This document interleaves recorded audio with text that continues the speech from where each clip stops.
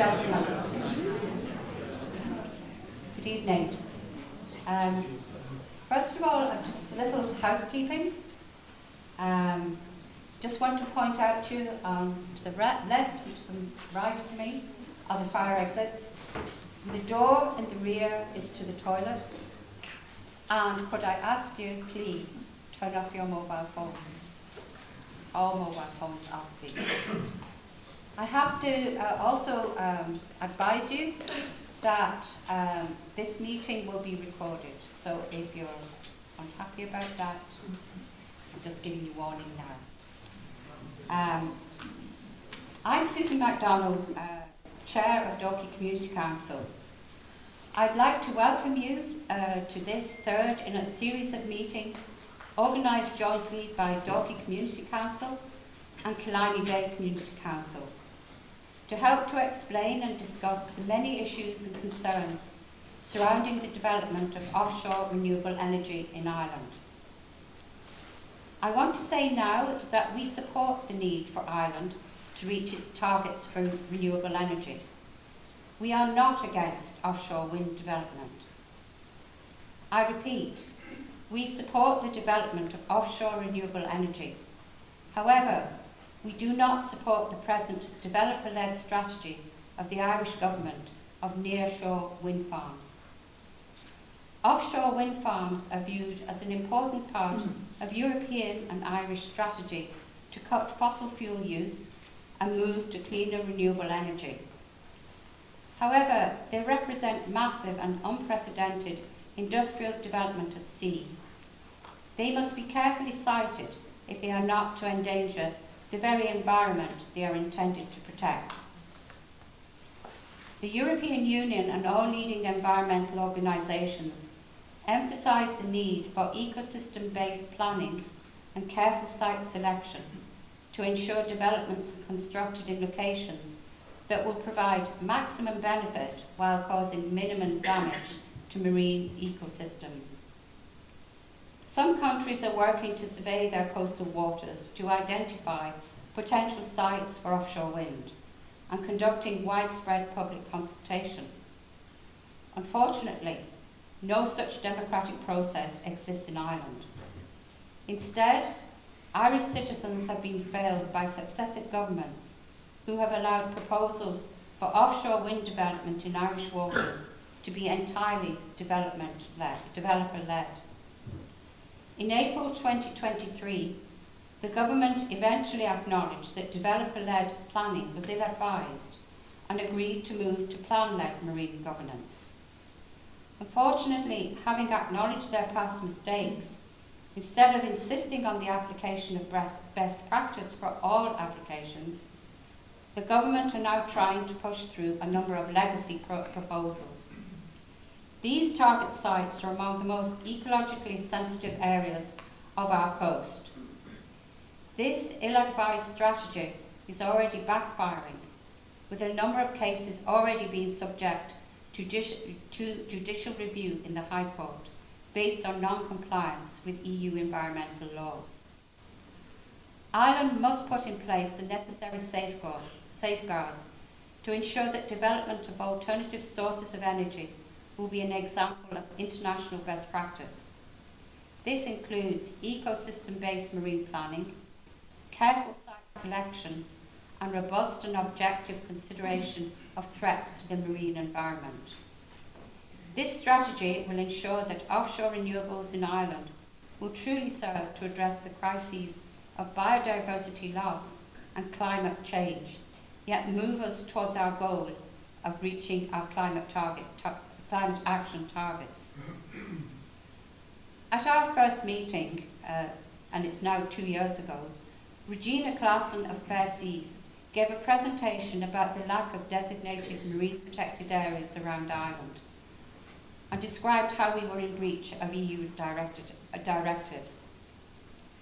At the second meeting last year, Dr. Cormac Walsh, an independent researcher and consultant, reviewed Ireland's national marine planning framework and found it was not compliant with the EU directive as it is not an ecosystem-based plan. This is rather disturbing for many citizens who have taken the trouble to investigate and to read up about this subject. This meeting will examine in more detail the ecology and environmental factors related to offshore wind development. And there will be an opportunity at the end of following our two speakers for questions. Our first speaker is Marie-Louise Heffernan. Marie-Louise is a chartered environmentalist with the Society of the Environment and a full member of and trainer for the Chartered Institute for Ecology and Environmental Management, UK. She has worked for the Department of Environment, Food and Rural Affairs, UK, and the Irish National Parks and Wildlife Service. She founded Astor Environmental Consultants in 2002 and the Ecology Centre in 2012.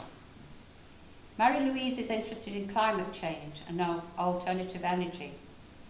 In the past, she was particularly focused on wind and tidal, but these days has turned her attention to solar, and she's a director of Lear Energy Limited.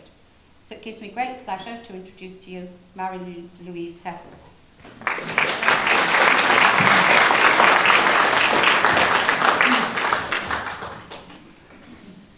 Thank you. It's lovely to be here with you all this evening, and I'm going to basically take you through a journey of the ecology of our East Coast and show to you what the highlights are in this particular area. So I'm an independent ecologist, a full member of SIEM, chartered environmentalist, and I have worked for 30 years as an ecologist, and my particular interest has been the Habitats Directive and in particularly bird conservation. So I wanted to start off by talking to you about, I suppose this is really the question, is it biodiversity conservation or climate change mitigation, and can we have both? I put up this picture here showing that the rain is increasing. We all know that. This year, really, it's been an unprecedented wet year, and I live in Connemara, and it's something that's literally very close to my heart, more and more rain days. But I'd like to particularly draw your attention to the other chart there, and you can see that basically what this is it's showing the loss of biodiversity on the planet since the 1970s. We've had a huge loss of biodiversity. And the Living Planet Index, you can see, shows that a lot of our species are maybe at 60% what they were back 40, 50 years ago. And I suppose a lot of people kind of think, we're on the western edge of Europe, and sure, maybe it doesn't really apply to us, low population density, green Ireland. Well, it absolutely does apply to us. If you look, I'll give you an example of our salmon populations. In the 1970s, we had a salmon run of 2.5 million salmon ran in our rivers every year, and it's now down to 150,000 salmon. So it's really shocking where we are in terms of our biodiversity loss. And if you look at our habitats, the most recent assessment of the environment by the EPA shows that 85% of our European protected habitats in Ireland are in an unfavourable to bad conservation status. So moving along, I wanted to first just to show you the areas that are basically planned for wind farm development off the coast. And I just wanted to reiterate what Susan had said. I am very pro wind. I am very pro alternative energy. I know that we are in a climate change crisis, but the government did declare in 2019 that it was a biodiversity and climate change crisis, and that we have to respond to both. And the EPA in the same year said we had 10 years to basically save nature. We are halfway there, and we are not saving nature. So here we are, and you'll have to excuse my estimates. The number of turbines keep changing because the technology is moving on all the time, and as the technology moves on, the turbines become bigger and you need fewer of them. So currently the Codling Bank, we're looking at around 100 turbines. You can see, if you look at the top of the screen there, I have nothing to indicate it, top of the screen. The top of the screen, you can see Hoath Head at the top of the screen, and then over at the Codling wind farm, you can see. Do you see the green box at the end? That's Wicklow. Wicklow Head is in that area. And you can see the pale blue line on both of these. That'll give you a good reference, and it'll give you scale for the other ones. That's the Kish Bank, and the bubbly bit at the end then is the Codling Bank. So that's 2 of the farms. I'm only going to look at 4 farms. There's farms planned around the whole coast, really.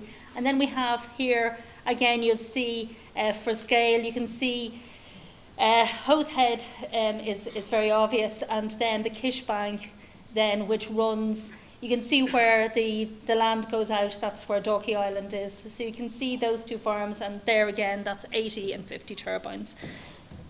So I wanted to talk about, first of all, the location of these turbines. The turbines are planned to be located on European habitat. It's called sandbanks. It's called shallow sandbanks, with usually within maybe 20 metres of water. And we're planning to put all of our turbines on sandbanks all the way down the coast. And sandbanks, according to the National Parks and Wildlife Service, it's on their website, just look up National Parks and Wildlife Service sandbanks. And they've identified many sandbanks down the coast, and they say particularly that the sandbanks are really important feeding areas for our seabirds, for our seals, for our porpoises.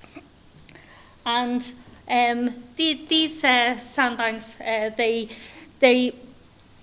basically support a lot of life, be it small worms, be it, of course, all I can think of is the Latin names, sea urchins, whelks, sponges, a huge range of aquatic marine organisms, a wide variety of life.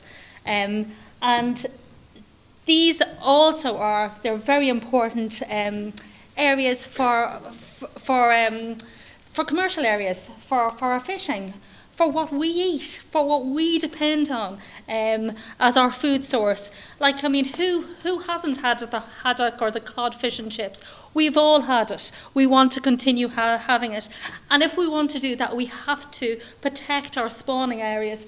There are many, many more maps I could put up, but I'm showing you here. You can see that this is the cod spawning area. There is a reason the codling is called the codling. It's because codling means small cod. So these banks are very important. In fact, this whole East Coast is very important in itself. I would consider it a biodiversity hotspot. We think, when we think of nature in Ireland, we think of the wild Atlantic Way, we think of, the waves crashing in, and we think of thousands of seabirds. But actually, if you look at this map, where are the marine areas that are protected? Are there big marine areas being protected on the West Coast? There are big areas, but the biggest areas, as you can clearly see, are on the East Coast. So we have the Habitats Directive asks us to designate areas that are of international conservation importance. And we have, National Parks and Wildlife Service have designated special areas of conservation for things like seals and porpoises, and then a variety of marine habitats in this particular case. You can see, just looking at this map, you can see this box from Skerries down to Dalkey. This is a big long SAC, which is it's Rockabill to Dalkey Island SAC, and this is designated for porpoises. And Lambay Island, we'll have a look at Lambay Island as well. I'll just give you a Lambay Island then is just, it's there north of Howth. So we've got big areas, big marine areas that are designated, but you know, of course, that when a porpoise comes to a line on a map, the porpoise doesn't see that. The whole seas are very, very rich. Porpoises and seals have got huge foraging ranges, so they're using this whole area as their feeding resource for foraging. They breed in this area and they rear their young. So Lambay Island, I'm just going to go through some examples of the best examples, really. Lambay Island is an amazing island. I think it must be maybe the top, maybe the best example of a conservation area in the whole of Ireland. It supports so many different aspects in terms of marine mammals, breeding, and birds. So Lambay Island supports the principal breeding colony of grey seal on the east coast of Ireland, numbering in and around 200 seals, and it also supports common seals populations. Breeding porpoise, I showed you the big long box.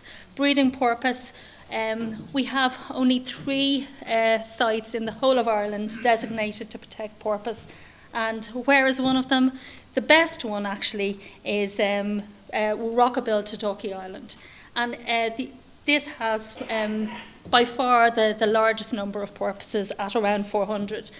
The other ones are maybe just half of that. So this is a very important area for marine mammals. And the impacts then, potential impacts of wind farms in this area, offshore wind farms are, there's different stages, of course, to the projects we have. At the moment, none of them have been granted planning. We're basically in this phase where they're currently doing site investigation works or attempting to do site investigation works. Like the site investigation works for the 4 projects that I showed you alone amounts to 21,000 hours of drilling. There's many boreholes being drilled, proposed to be drilled in order to establish, how solid the seabed is for monopile foundations to support these farms. So there's noise in investigation, there's noise in construction, and there's noise impact in operation. Those monopile poles are the ones that were used in Arklow. They're the ones that are most likely to be used in offshore sandbanks. And there's always a little bit of vibration from them. So it's going to be continuous noise within the ocean. And I was watching a talk recently, and it said that, porpoises avoid even the smallest noise from the monopile foundations on these turbines up to 6 kilometres, which does sterilise a huge area of ocean. We have things then that we'd be worried about, such as displacement impacts. And then that is likely to impact, obviously, on breeding success. If these mammals are not here, well, where will they be? There's only a few areas of the ocean that are really rich that can support these species. Only a few ecosystems that I would consider biodiversity hotspots. And just looking at the birds then, Dublin Bay is really the most incredible place for birds. The whole East Coast is absolutely, I would say, the best place in Ireland. And I live in Galway, so that hurts me to say that, the best place in Ireland for birds. We have our birds. Ireland is important for 2 types of birds. It's important for breeding seabirds, and it's important for wintering wildfowl. The wintering wildfowl come in, and waders come in from Siberia, they come in from Greenland and Iceland, and they funnel down through Ireland using our ice-free shores during winter, and often they're on staged migration down to Africa.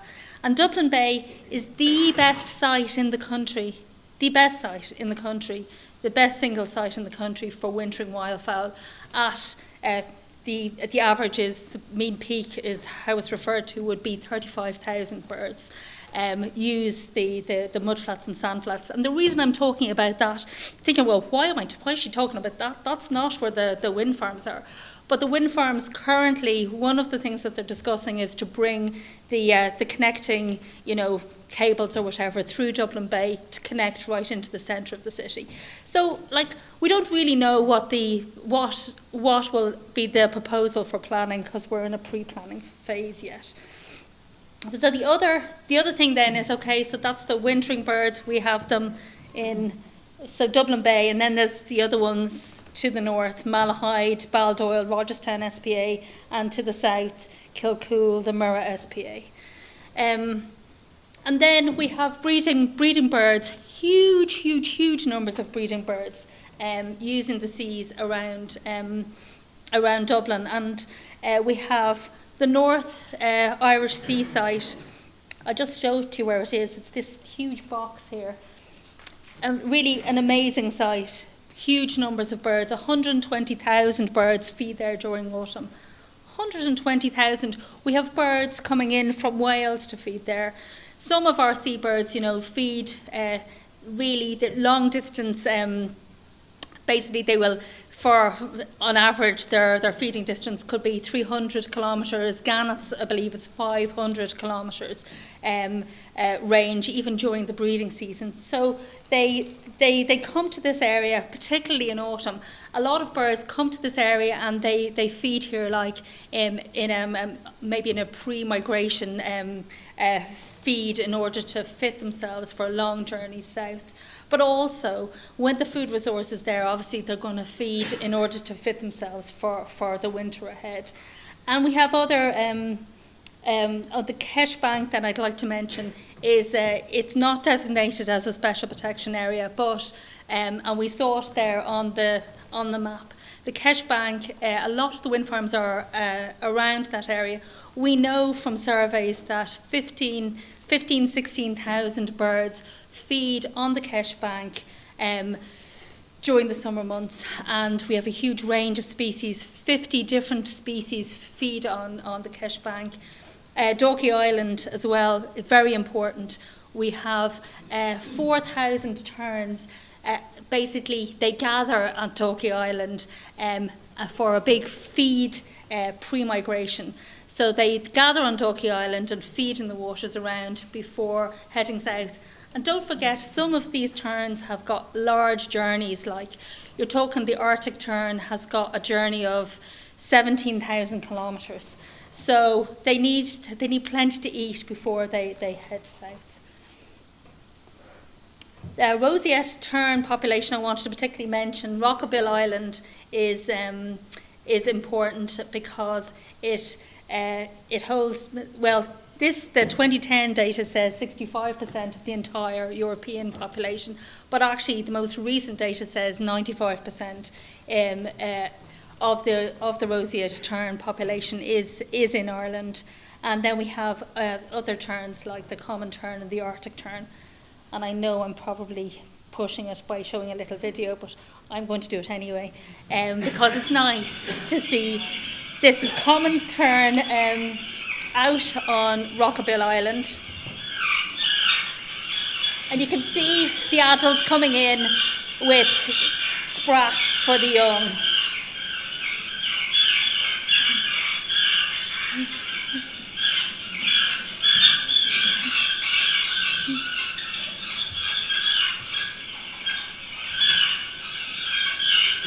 It's probably enough for. So you get the idea anyway. Terns feeding, and then we have Lambay Island. Lambay Island, again, huge numbers of birds. You can see that the guillemot pairs alone, pairs. So you're talking twice that number is 41,000 approximately. So huge numbers there as well. So birds then, what would be the impacts on birds? Obviously then we're going to have noise impacts on diving birds, noise impacts on their prey species, displacement impacts, birds not being able to, if they're displaced and they're not going to feed enough, they're not going to breed successfully, they're not going to have enough food for their young. impacts on migration, impacts on breeding. But a big risk, of course, is if you put, with all wind farms, there's going to be collision risk issues. So I was looking at the literature, and some wind farms basically well cited, zero collision, recorded. Other wind farms, you can see anything in the literature, but say 40 bird deaths per turbine. So if you say in this area, if you say 1 bird death per turbine, and what are we looking at, 400 turbines, say? And the period for the projects, of course, is 25 years. So if you're going to look at 400 by 25, I think my maths worked out at about maybe 8,000, 9,000. Somebody can correct me on that if I'm wrong, but a huge number of birds over the period. That's at imagining just 1 bird per turbine lost. So ecosystem alterations is another big thing. If you put all of these big structures in a marine environment, you change that marine environment.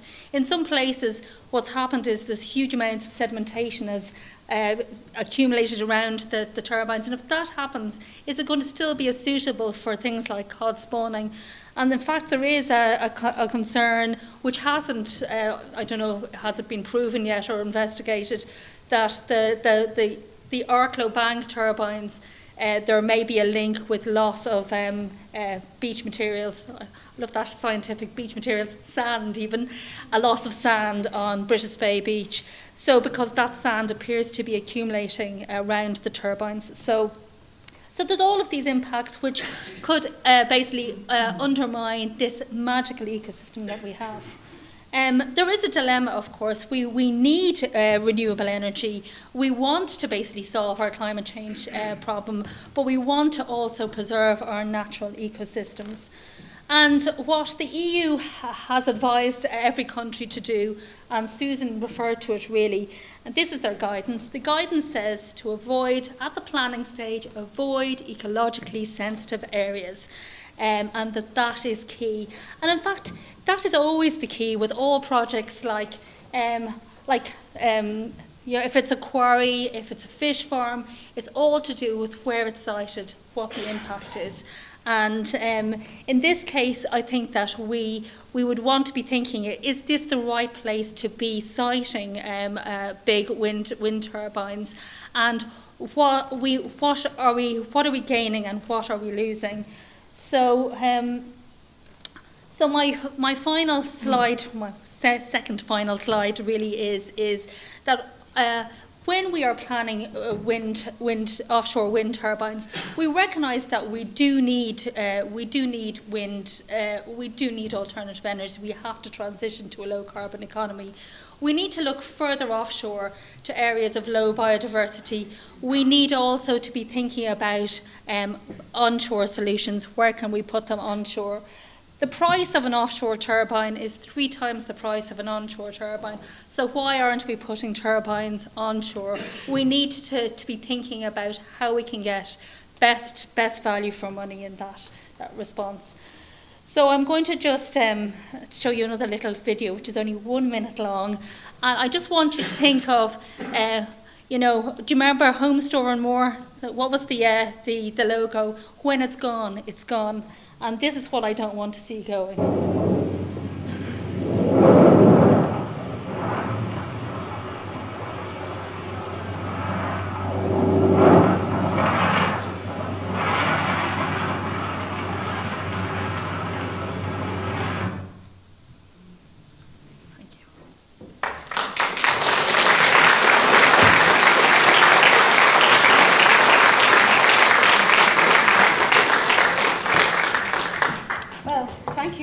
Louise, for such an interesting discussion. It just shows how rich the East Coast, and in fact all of the shores of Ireland are, and that we have to look after that, as well as looking forward to the future for our renewables. Michael O'Mara is a director of Blue Horizon, a citizens group based in Waterford. He has a long-standing love and appreciation of nature and the sea, and holds many records for kayaking, including the record for kayaking solo around Ireland, a record he has held since 2015. He brings this passion for nature and his knowledge of the sea and the coastal environment to the Blue Horizon campaign, which calls for a 22-kilometre turbine-free zone off the Waterford coast in order to protect marine biodiversity, the local fishing economy, seascapes and tourism interests. During the course of his work for Blue Horizon, he has amassed knowledge and experience of many aspects of the offshore wind industry and its management in Ireland. Any other questions while we're setting up? Hi, I'm just wondering, I think it's interesting that what the previous lady mentioned about the height of the turbines, because I suppose it's probably an accepted fact that none of the animals know how high the turbine is or not. But there doesn't seem to have been any sort of formal alternative planned, and the idea of renewable almost being described as an aspiration, you know. Renewable is an EU directive. It is coming, whether we like it or not, and if we don't do it, it's very simple. I don't live around here, but I use the waters very, very frequently to swim in, and I don't want to see a wind turbine out to sea. But the reality is it's coming, or the alternative is we are going to see absolutely massive increases in our electricity bills. The electricity bills, by the way, will go up with the turbines. It's not a big free electricity for all. But I'm just wondering, I suppose my question is, what is the alternative? Because I know you mentioned, actually, interestingly, about onshore wind. But the plan is also to put the same amount onshore as offshore new. And even with onshore, we could replicate this room with people sitting around going, well, what about the rabbits and what about the onshore birds and all that? So I don't want to sound too cynical, but what is the alternative for, if you're saying you're pro-wind offshore, what is the alternative? We go further out to sea, and we basically choose areas that are not areas that are ecological hotspots. We have absolutely obligations in terms of climate change, and we are committed to those, but we are also committed to the Habitats Directive, and we are obliged to protect nature. So we can't basically sacrifice one for the other. We have to basically look for places that are low ecological diversity, and we have to develop offshore there. In many other countries, they're looking at more than 20 kilometres offshore. We need to be looking at that those sort of places, and we need to be looking onshore. And in terms of pricing, you can see if an offshore turbine costs 3 times as much as an onshore turbine, then we should be trying to get turbines onshore rather than offshore. I know other people might, please don't leave it all up for me now. Can I have another question, please? We're putting 400 turbines, out to sea, right? Now, Dalkey, Killiney, Shankill, it's not on granite. Right, and if there's any erosion of the land, we have Shankill, that's fallen down, you can just see all the clay all along. We've got a dart running by it all. We've got houses like Bayview, Seafield, Court, and all along the coast there. They have to go out, Forget about the builders. The builders have to accept that it has to go out. Whatever you recommend for it to go out, we can't have it on the shoreline, just can't. And it's a very scenic area. I know we need all these, for our electricity and everything. That's grand, but way out to sea. We can't have it anywhere near the shoreline. I think we'll continue with your questions after Mick has continued his presentation. Okay, I just put this in here. Fingers crossed, guys. Apologise for that. It normally just plugs and plays, but not tonight. But anyway, So Mick O'Mara is my name. I am from Waterford, so I hope you can all understand me. And I am a lecturer, part-time lecturer in WIT or in SCTU. I worked in Waterford Crystal for nearly 20 years. I ran my own kayaking business for about 10 years. And now I'm a director of Blue Horizon. And what is Blue Horizon? Blue Horizon is a citizens group in Waterford that are campaigning to keep any offshore renewable energy, if we can, approximately 22.5, at least 22.5k offshore, which is basically in line with the Irish territorial water limit.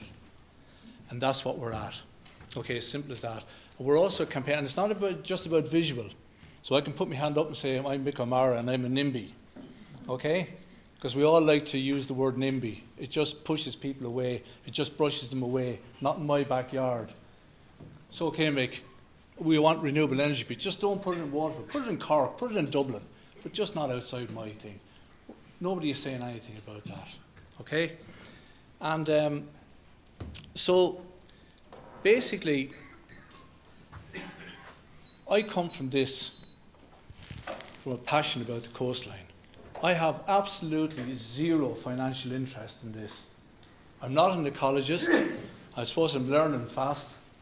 But I come at it from a love of the coastline. And what I don't want to see is our coastline destroyed when we have a choice not to destroy it. Okay? So there's no one here against renewable energy. We want renewable energy as part of an energy mix. It's not the only show in town. Yesterday morning I downloaded the AirGrid dashboard. I was going to put it up as a slide there. And there was zero wind in it. So it means that we're burning gas, we're importing energy, we're using coal. It's going to happen. So this idea of getting away completely from stuff, I don't think is really going to happen, because we're also going to have an increase in our electricity demand. According to AirGrid, that could go to maybe 15 gigawatts in the next couple of years up there. So we're always going to have a mix of it. So that's where I'm coming from, is to try and protect our coastline as best we can, and the biodiversity, the ecology, the birds, and people's well-being in it, okay? So we have a choice. We either want the previous slide, or we want something like that. Because at the moment, the way things are going up here, that's what we're heading towards. So when I saw the first wind farm being proposed of Waterford down there, first thing I did is I went to the local TD. I said, hey, Mark, what's going on? What can we do about this? Is there any way we can kind of keep these things a bit more offshore? Because at the time, they were drilling exploratory holes in the bay and Tramore, only a couple of kilometres offshore. And he said, well, look, this is where the technology is. And I said, what about floating wind? Oh, that's 10 years away. Just doesn't exist. Okay? And the more I looked into this, I saw that floating wind sort of does exist. And it's actually gone beyond demonstration projects at this stage. It's now at a TRL, a technology readiness level of 9, which means that it's actually ready for commercialisation. It has proven itself in the field. So I joined up with the lads in Blue Horizon. Blue Horizon was after being formed up in Helvig up there as a response to Windfarms being proposed almost 5 kilometres offshore. 5k. It's literally, you'd swim it. I'd paddle it in a couple of minutes. It's no length out. Okay, so let me look at this map here. And I'm talking about distance to shore here. This is a 4C offshore map. I say that anybody who's involved, if there's any developers here or anything like that, are probably sick of looking at these maps. And if you look at this map here, you look at how close all the proposed developments are on the Irish coastline. And yet, when you look over here, and you look at Holland, you look at Belgium, you look at Germany, most of these things are now being placed outside of the territorial waters. Because 20 years ago, when we actually developed, or when the first turbines went on the Arklow Bank, the technology was what it was. You could only put these things into a couple of metres of water. The turbine is a 3.6 megawatt Siemens turbine, which actually most of the early wind farms that are surrounding the English coastline are. So if you go in and Google any of those wind farms, divide the capacity by the amount of turbines, and you'll actually get a figure of 3.6. That's where it was at the time. And a developer said to me one time there, an engineer, a project manager said, that was back then, but now things have progressed significantly. We can now put fixed bottom bottom fixed, whatever way you want to put that word, bottom fixed wind or fixed wind into actually 70 and 75 metres of water. And actually in the last REDP consultation, several of the developers said we can actually go into, we're looking at 90 and 100 metres of water. These are turbines fixed to the bottom. So 20 years ago, you could make excuses and say, well, look, lads, we couldn't go far out to sea. But now we can. And with that, you're going out into deeper water, where a lot of the life, of course there's life in the deeper water, but as Mary-Louise said there, it's in the shallow waters where the action happens, because that's where the sunlight penetrates, that's where the water gets warmer, that's where the growth, this is where the feeding happens, and this is where the birds get their food from. So it makes total sense to try and put turbines out far offshore from an ecological point of view and the visual impact. Because to be honest with you, I know we want renewable energy, but I don't know anybody that wants to go out onto a coastline and walk along with a load of turbines looking right down on top of me. That's why we go to the coast. That's why we go into places where free spaces are. If that was the case, we could just all sit in our bedrooms or get on a treadmill, put on the telly and look out the window. What do you get from the coast when we go out there? So, zoning in here, again closer on the Irish coastline here, you can see all these proposals which were proposed under the 1933 Foreshore Act. There was a load of them here. It was developer-led. It was kind of completely government-led as well. I mean, developers, in fairness to developers, were kind of led up the garden path on this. And every Tom, Dick and Harry was going to build a wind farm out here. They were all developers. And we had actually about 14 of them off the Waterford coastline at one stage. And that's when I said to myself, oh lads, come on a second here. This is getting out of hand. All right. So we had the Arklow Bank Phase 1. That was put out on a shallow sandbank out there because at the time it was really a demonstration project. And that in itself is there, okay, at this stage, what, 20 years? The output, they're 3.6 gigawatt turbines. There was 7, I think there's 6 now. One of them got a bang of a belt of lightning there. I don't know if it was fixed since. But anyway, that's where it's at. We have a huge amount of sand building up around these things. And we also have talk about the turbines creating some of British Bay Beach to get washed away. Because, again, as a kayaker, I know coming down the east coast, there's very, very powerful tides running up along here. So if you go outside the back of Dalkey Island there, out by the Muglins out there, when the tide is running, you won't be there for long. And that continues all the way down the coast. And because of the tidal action coming in and out the coastline here, again, filling up the tide up as far as the Isle of Man, the two tides meet, the northern tide, that's where they meet there. This constant action has created these sandbanks. But if you put something in the middle of the tide like that, the water will start eddying around it and it will start building up sediment around it. So at this stage, and back in 2017, they had to go in on the Arklow Bank and scrape it out. They had to get a dump and sea licence because you could almost get out and walk beside the turbines. There was so much sand after building up beside it. That was all shifted out again, and since then, there is evidence that part of British Bay Beach has been washed away. Okay, so the Phase 1 projects there, I'm sure you've heard them 100 times. They were initially proposed by and given marine area consents by the Minister for the Environment. Okay. These are projects that were hanging around probably for the last 15 or 20 years here. And because of a lack of government policy and a lack of support, there was nothing really happening with them. So to rush this thing in, because we have energy targets to get, instead of doing a proper strategic environmental assessment, there was a strategic environmental assessment. And what an SEA basically is that if you have a plan or a program going to come into play, you've got to look at what's the current status of the environment or wherever you're going to implement this plan, and what's going to happen after this happens. So what's the before and what's the after, in terms of ecological and social and economic and all the rest of it there. But what happened with these projects here is that these things were assessed in that REDP 1, which is the Offshore Renewable Energy Development Plan. They were assessed as existing infrastructure, which means that they were already in the water there, so therefore don't worry about it, lads. They can't have an impact because they're already there, so it won't make any difference, which is absolute baloney. Because you can't do that, as Pat Short would say. You can't be doing that. These things have to be assessed as part of an overall plan.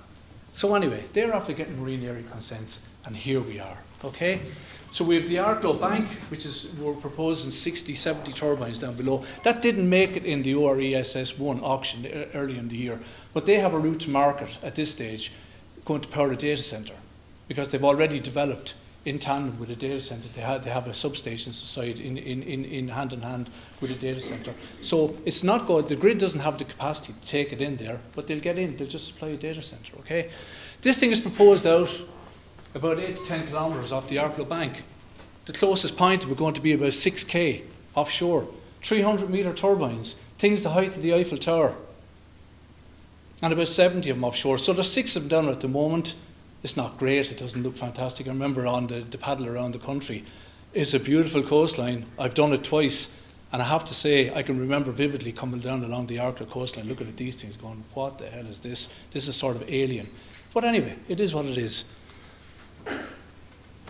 Back in 2003, small turbines, okay? Then we have the Dublin Array, which is outside here. The Kishin, the Bray Banks. Again, on sensitive sandbanks, a couple of kilometres offshore. Again, a project hanging around for years. It's the easy peasy project. Building on sandbanks into 20 metres of water. Sure, of course, it's the handy option. But that was 20 years ago. We don't have to do that now. And as Marie-Louise is after saying there, from a visual impact, we don't need to do it. And from an ecological point of view, we don't have to do it because we have options, as I'll show you in a few minutes. These are some old photo montages that I came across. A lady called Erin Gibbons up in Connemara did a slideshow years ago. So those turbines would be pretty small in relation to what we have now because the actual technology here is just exploding. These things are gone from 124 metres high on the Arklow bank to now almost 300 metres. And they're going to be 320 metres. And they're talking about things nearly 350 metres. It's a huge feat of engineering, in all fairness to people that develop these things. It's absolutely fantastic. But also, is this what we want our coastline to look like when we have other choices? Is that what we want to look at? Okay, that's just a question. But we have alternatives. Again, I'm not saying, hey, let's not do this. Let's not have renewables. We have choices. All right? Scared Rocks up in Connemara. I mean, this one is the one that horrifies me altogether. Whoever gave this marine area consent just needs their head examined.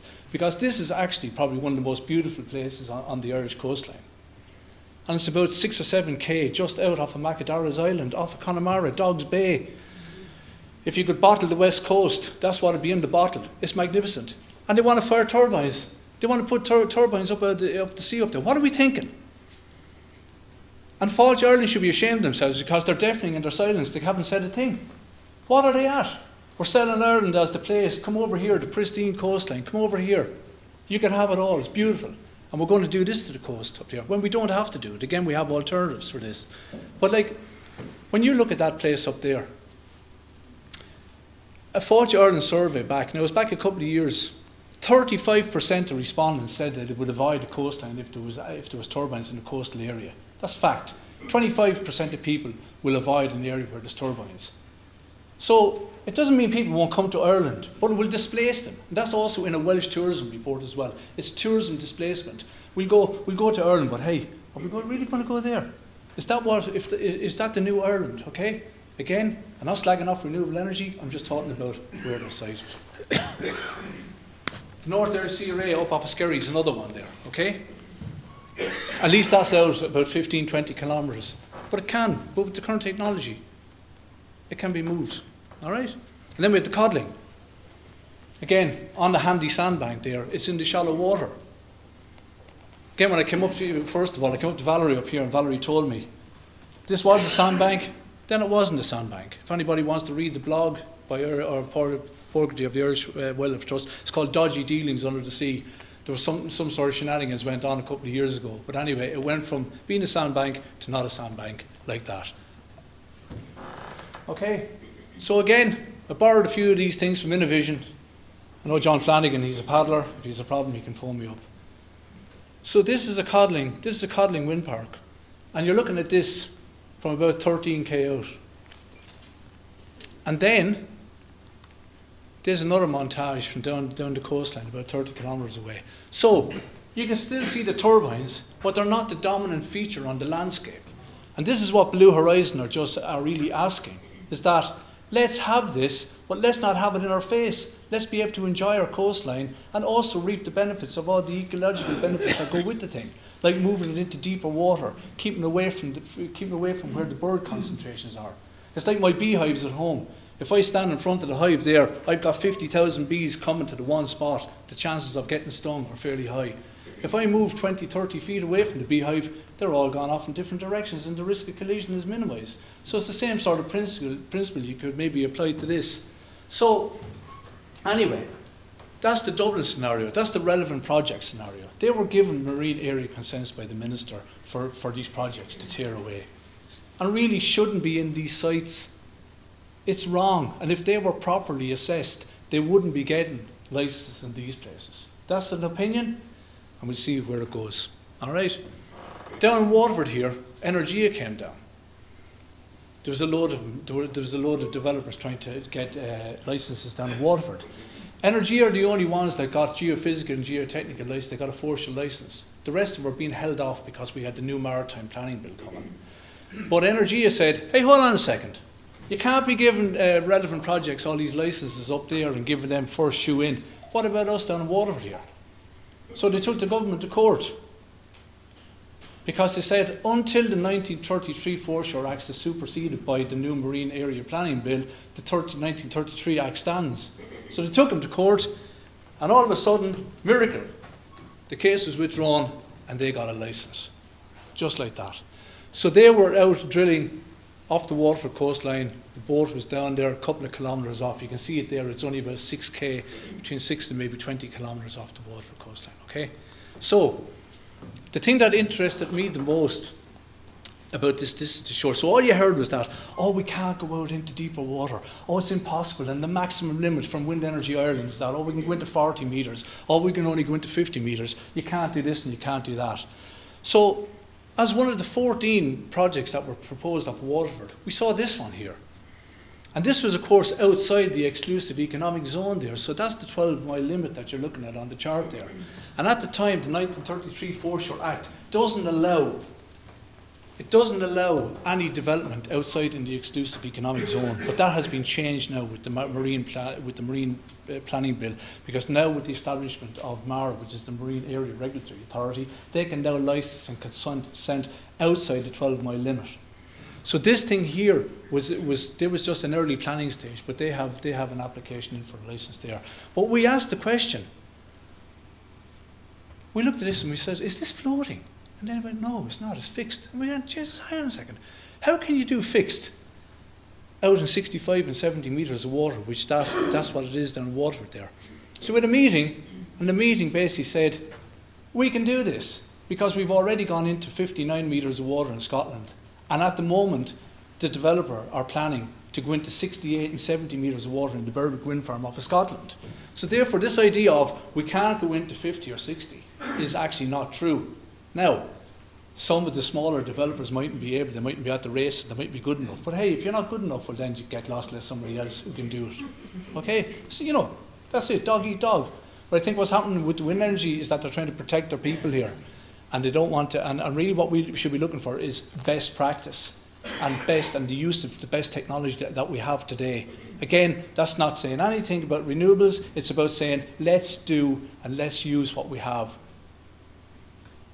and use what's best out there. All right, so I'm going to talk about visual impact, but what a better way to introduce it than Simon Coveney himself back in 2008. And what did he say?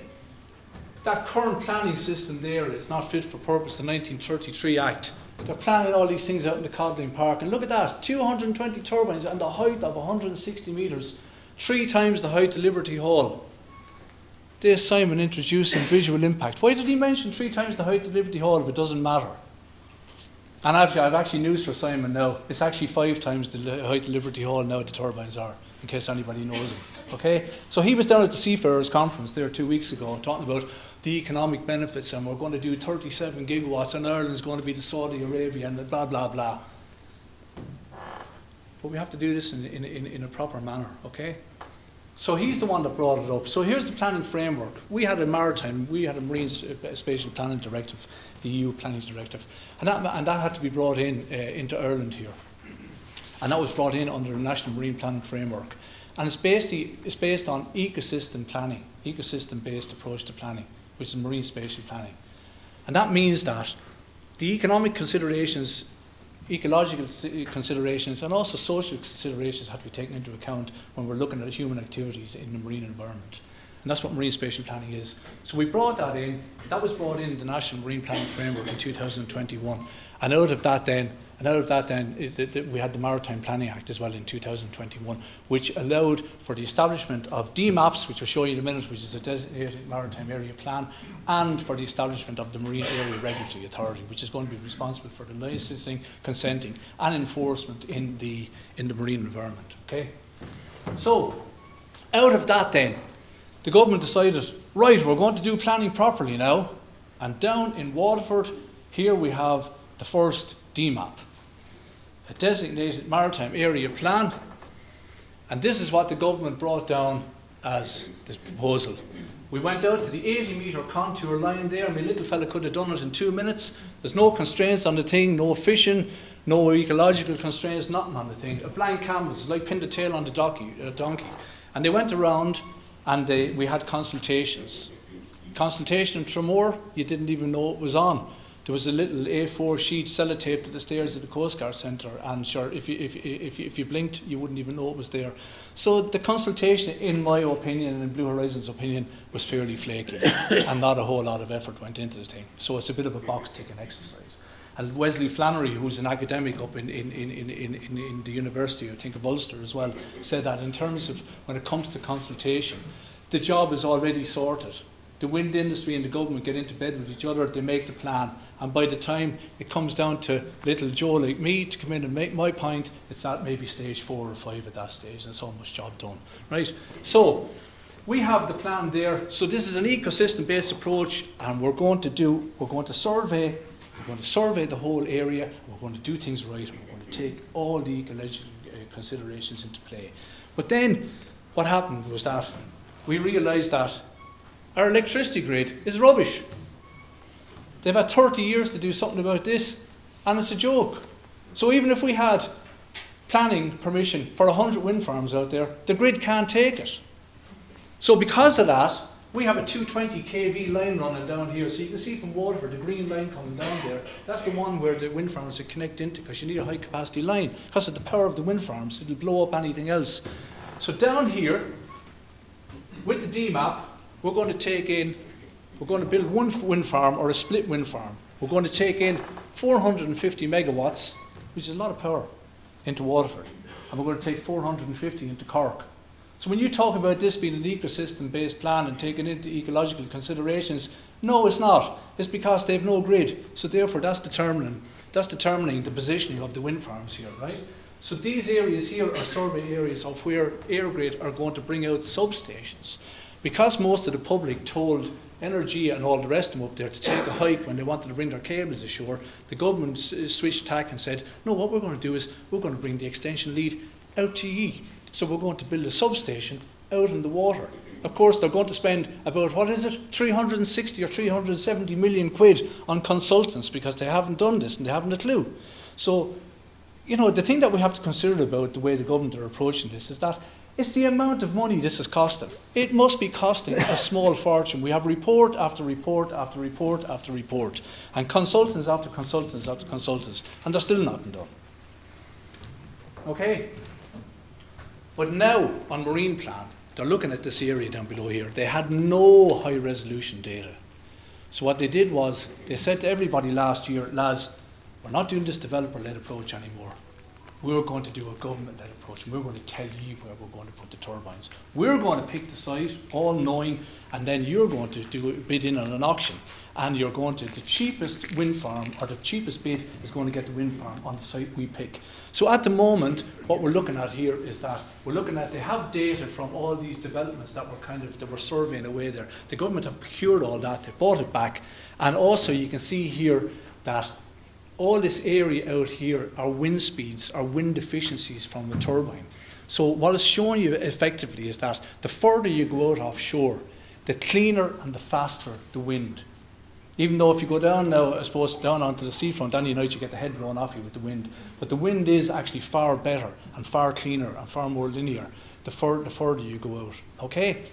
So, which makes actually deciding these ones up here even kind of, in my mind, a bit strange, because when you've wind, the prevailing wind tumbling down off the Dublin mountains, that wind is just not clean wind, and the capacity factor, as they call it, which is the amount of time the turbine spins as opposed to the amount of time it can spin, is going to be less. So the further out you go offshore with your turbine in the water, although it might cost you a bit more money to do it, the capital cost would be a little bit more, but the overall, as they call levelized cost of energy, which is the amount of energy generated over the project versus the amount of money that it costs, is actually better. So if you have a few readies in your pocket and you have the money to invest in the capital cost, it's actually a better bet to go further offshore. So just on visual impact here, I know we're not supposed to care about visual impact, it's all about the ecology, but hey, if we can do it, why not do it? So when we're assessing visual impact, we look at the sensitivity of the receptor, which means that where are you going to put this change, where are you going to make this change? We're looking at this out on the sea, it doesn't get any cleaner than that, so it's highly sensitive. And then you look at the magnitude of change. And when you have a large magnitude of change along the top, and you have a very high sensitivity, you have a major change. That's how they assess this, okay? And so, in the UK 2 or 3 years ago, White Consultants did this report. As a recommendation from the British government, they said, lads, we're after building all these wind farms, and a lot of them are very, very close to shore. We need to try and take into account the sensitivity of the coastline and people's well-being. So they did a survey, they did a study on all the wind farms around the UK, assessing what was the impact, what was the visual impact of these things. Okay, and they came up with this. There's a big long report you can download if you want. There's about 150 pages in it. But what they've said is that if you're looking at a turbine there, and we'll see it in orange there, of around 250 to 300 metres, which is currently planned from outside there, for to have a low effect, as in to have it well out, not so much disappeared, but so that it's not kind of in your direct vision, you need to have that thing out about 38 kilometres. And for a medium effect, it'd want to be out 27 kilometres. So at 27k, you will still very much see it, but it's just not going to be here. It'll be out there somewhere. All right? So I think Blue Horizon asking for something to be placed 22.5k is actually quite reasonable in terms of international research like this. All right? And so the ratios there, a simple ratio would be that for a low magnitude of effect, it would mean that for every high metre the turbine is high, you go 133 metres out. So that means a 100 metre high turbine, you go 13k out. 200 metres high, 26k. And for a medium impact, it'd be 1 in 100, which means that a 100 metre high turbine, you go 10k. 200 metres, 20k. So when you're talking about 300 metres turbines out 6 and 10k, it's like it flies in the face. You know what I mean? It doesn't fly in the face. It actually flies and stamps on it, you know, in terms of international best practice. So I don't know how Bord Pleanála is going to justify this, because we have no wind energy guidelines. We have a strategy there, but we have nothing here to go on. Because the government have been just literally sitting on this for years and done nothing about it. So the European Landscape Convention, which was ratified in 2003, is not landed here. So we have nothing to go by. And we've got to be very careful, because in Belgium there back a couple of years ago, they took a case, people took a case that were going to try and put turbines in on top of people, or very, very close to the coast. And they said, and the Belgium took the government to court and said, hold on a second, lads, there has been no strategic environmental assessment done on the wind energy guidelines in Belgium. So case C2419 in Europe, they won it. The European Court of Justice said, you're dead right. And they weren't allowed to build it. So that's why in Belgium they're pushing these things further offshore, because it's the sensible thing to do. So, what are we saying here? What we're saying here is that, looking at an Infomar map here, I'm after putting the 65 metre contour on this, or 65 metre water depth. We're looking here at Wicklow Head, and there's the Arklow Bank. So you can see there is the shallow water. It's easy to build on. But you can see that further outside there, if we can build in 65 and 70 metres of water, we can go out there, looking at the scale down below, we can go at 20, 25k offshore, no problem up here. No bother at all. And don't tell me that the sediment on the seabed, every one of these turbines or every one of these jackets and every one of these foundations is going to be a kind of a bespoke development. You don't just buy them off the shelf and just plonk them in. They're all designed individually for different surfaces and stuff like that, or different seabed types. So again, up here, we're looking, there's Dunleary here, there's the Kitchen, the Bray Banks down here. You can see 65 metres out. You can go out into halfway into the Irish Sea. So there's people putting flyers around the place up here saying, oh, you can't go out because the water gets deep. That is another load of horse, as Michael O'Leary would say. Valerie said I have to be nice up here tonight. No, I'm not allowed to curse like that. But so here are the facts of the matter. You can do this. It might cost a few bob more, because obviously if you're going to build something in that depth, it's going to cost a little bit more. But the initial capital investment in the thing will be captured back, because you'll have a cleaner wind speed out there, and we'll have a cleaner coastline, which is going to be good for tourism. Same thing in Waterford, 65 metres, and they're saying we can't go out 22k, we can go out 25k, and if you go to 70 metres, you can go out that far. So you have that whole area here to build wind farms out here. So there's no need to come in on top of the Copper Coast, mentioned in the New York Times, 52 places to go there. It's after getting great publicity. And tourism is building in Waterford. And what are we going to do? On top of a pristine coastline, put a rake of these turbines only a couple of k out. The things are the height of the Eiffel Tower. It's insane. Okay? And with that visual, as we push them out, the nearshore biodiversity and the nearshore and all the fishermen and the inshore fishermen and stuff like that will be looked after as well. Because underneath all these big wind developments, we have hundreds of kilometres of inter-array cabling that gives out electromagnetic radiation, whether people want to deny that or not. It happens. So lobsters and any sort of fish that are sensitive to electrical energy, it's like adios, we're out of here. Okay? So it's better to put these things further out if we can. So again, you're looking at the different types of thing. You have a monopile there for shallow water. The jacket foundation then gets into more of a lattice work. It's more solid. And again, then you're going out into floating, which really is the future. Because the floating then, the jackets and the stuff that's fixed to the seabed is really limited to around 70, 80 metres. You know, we can say 90, 100. That's at the cutting edge of technology. But we can go out into floating into any depth of water. And 85% of Ireland's wind resources are out in water deeper than 85 metres. Okay? So, there are the jackets. This is, we're looking at Tramore. We're looking at the iconic Brownstown Head down below there. And we're looking at these things like 5 and 6 times the height of it. Are we actually mad? Now, they won't be beside the head, but they won't be too far outside it as well, unless we put our foot down and the public say we need to have a national conversation about this. Because the developers can do this, the government can do it. And I don't care if the government have to put a few bob to this. We have any amount of money. The country is awash with money. We're wasting it left, right and centre. The Children's Hospital has gone bananas. It's gone over, 2 billion. It's cost them 1.6 billion to bring up an interconnector from France that can carry 700 megawatts, which is about 15% of the national demand. So of course we can subsidise this, because like Scotland and all these other countries that are way ahead of us, this is what they did in the first place. But what our crowd are doing is they're sitting back and they're going for the yellow pack, they're going for the cheap seats. They want everything is based on price criteria, and that's only a race to the bottom. What we're going to get is rubbish. Okay? So look, that's the little lads inside in the 6th class in school. We had a wind energy conference down below this year, and we said to him, why don't you just draw? We didn't prompt him. So don't think I put any words in their mouth. Draw what landscape means to you. And that's just one of the pictures there. We have the Metal Man down in Tramore, which is actually incidentally on the front page of the National Marine Planning Framework. And you can see the sun rising and the sea in the green.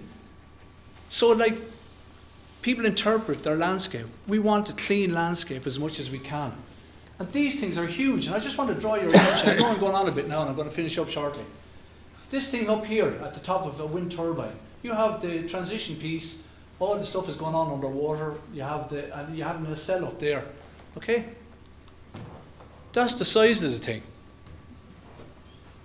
They're huge. They're absolutely ginormous things. So if we think that they're only small little tiny turbines, like a little fan that you buy when you're down in Tramore down below on your holidays, you have something else coming to you. These things are massive. And it's only when they go in the water, people will go, oh my God, what have we done? Because if you were looking at these things and they're that big above the surface, what the hell is going on under the surface? We have rocks to protect it from hydrodynamic erosion, and you can say then, oh, well, that's great, it's going to create a reef effect, and it's going to attract in all these different fish. But if you have an environment and an ecosystem that's been there, designed by Mother Nature for the last billions of years, and you throw in a load of rocks on the thing, and you draw in all these invasive species, that's not really the way it was designed. And actually, the research is quite scant on this. Even though the wind industry will say, oh, this is the best thing since sliced bread, the reef effect is going to be great, and it's going to be like Dublin Zoo down below there. There's going to be so many things around there. But the point about it is that it can give an initial bump on the thing. But then what studies have shown, again, from continental Europe, is that after a while, you can get a die-off in these species, and you'll have a kind of a monoculture there, and the original species that were there will be just out-competed, and it's a different, and you're bringing in a different kind of an environment going on there. So the jury is kind of out on this. Now, you might tell me otherwise on this thing, but taking the precautionary principle, if in doubt, we shouldn't do this until there's more information. But then again, what you hear then is, oh, well, we are where we are, we'll do long-term studies. But there are a lot of studies on it. Okay, so just to show you the size of these things again, don't be surprised when you see the size of them. The Dublin Spire is 121 metres. Delighted to tell you that was made in Waterford, in Radley Engineering in Dungarvan. So don't think the Culshies have nothing to bring to the capital. Of course we do. So, but if you look at the Spire is 121 metres. The biggest turbines now, the blades on these things are 236 metres in diameter. So if you can imagine the Spire, the next time you go into Dublin, look at the Spire, and imagine another Spire coming from the top of it, heading off towards 10 o'clock, and imagine another Spire going off towards 2 o'clock. And then hoist that whole thing up about 30 more metres off the ground, and that's the size of a turbine you're looking at. It's like mind-boggling, the size of it. Okay? Again, I'm not trying to be a NIMBY. I'm only saying that we have a choice of putting these out further out to sea. We don't have to have them looking down on us on the coastline here, just because developers want to make a few bob, or the government are too stingy to spend a few pound on the thing. We have a choice to do this. We have a choice. So Birdwatch Ireland, coming to the end of it there, look, we have sensitive areas around here. We're planning we're planning these wind farms in areas there that have been earmarked by Fair Seas for potential marine protection areas. And all these areas need to be surveyed to make sure that we're not doing any lasting damage to the environment. Okay? And it's not all about the visual, it's about taking care of the environment, because sometimes you'll get a knock-on effect, and if you make one small change, you don't know what these massive changes could cascade down the line from that. So we need to be very careful. We have cod spawn on grounds, it's been touched on already. We have them down off the coast of Waterford. We have them all over the coastline. I could put up a slide up there now and the whole thing will be just covered with. So we have to be very careful in terms of where we site these projects. And there has to be full studies done the thing, not just half studies, just basically saying, actually we had a quick look and we just throw the turbines out anyway. Okay, Barry's going to kill me now, I'm going over time. We have to look after our fishermen, and we have to look after the birds as well. Okay, so floating is the way forward. Demonstration projects is ready to rock and roll. As one person said who's involved in this, he said, it's time to go big or go home. Stop talking about it. We can do this. We can become a world leader. We're after missing our first mover advantage, because this is all happening in France, it's happening in Scotland, it's happening in Norway, it's happening in Portugal, it's happening in Spain, it's happening in France, it's happening in Italy. And of course, what's Ireland going to do? We're going to start talking about it in November this year. Holy God. There it is. That's out in the water. These things withstood Storm Ciarán down below there, October last year. 60-foot waves down off of Portugal. No problem whatsoever. And it also brings a 33% local content. There's no money in these fixed bottom, because they're all going to come in on a big ship and a barge, and they're all going to be plonked into the water by contractors, and you'll never see them again. At least if we bring this in here and develop some of our ports, maybe Cork, down Fines and Limerick, we can get assemblies in the port, weld them together. All right? Again, they're doing this in Korea, they're doing it every place else. Down in Waterford, talking about the great old county, the great hurling county, it is possible to go 22k offshore. And we're not just being NIMBYs. It is possible to do it, because we have the depth there and they have the technology to do it. So why don't we? So the choice we have is that, do we want this or do we want that? Thank you very much. Sorry for running over.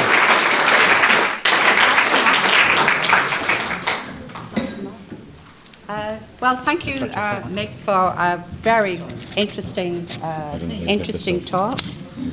Okay, thank you. I'm sure that has given you a lot of things to think about, and I'm sure there are questions. So maybe I